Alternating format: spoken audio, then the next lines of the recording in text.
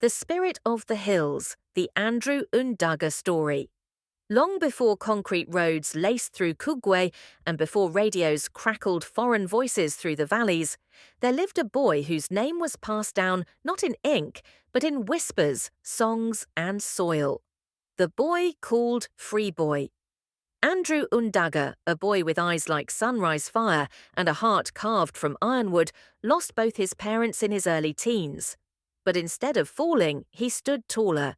With no one left to shield him, Andrew learned to survive the way the land had always taught, with his hands, his head, and his hope.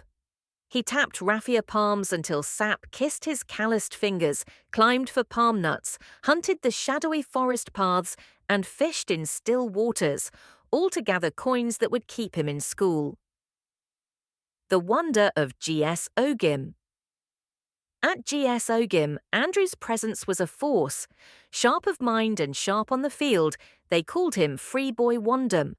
Not because he had no burden, but because he bore it without complaint. On the football pitch, he glided past defenders like wind through elephant grass.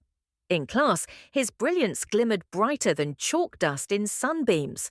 But it wasn't just his books or boots that left a mark, the builder of futures.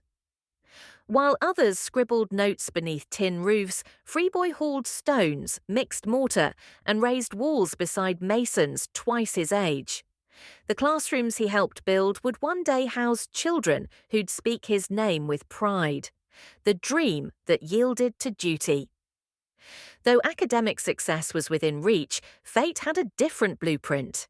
In his final year, Freeboy stepped away from the classroom. Not for lack of brilliance, but because sometimes even dreams must yield to duty. The farmer king of Kugwe. In those days, farmers wore respect like crowns, and Andrew wore his with style. Armed with machete and vision, he carved out borderless palm nut plantations, sprawling coffee estates, raffia farms too many to count, from neighbouring villages to distant subdivisions.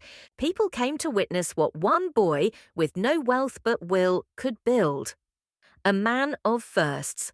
By his mid-20s, he rode a Suzuki motorcycle tuned in to foreign broadcasts from his 8-battery radio, hosted neighbours to watch his black and white TV, one of the few in all of Kugwe.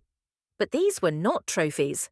They were landmarks on a journey powered by sweat, smarts, and something deep in his chest that refused to quit.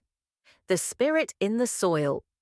Today, if you wander through Kugwe and pause by the old coffee rows, where the breeze hums like memory, you might hear an elder say, "That's Free Boy Wandum's spirit in the soil. Andrew Undagha never left. He just became the land."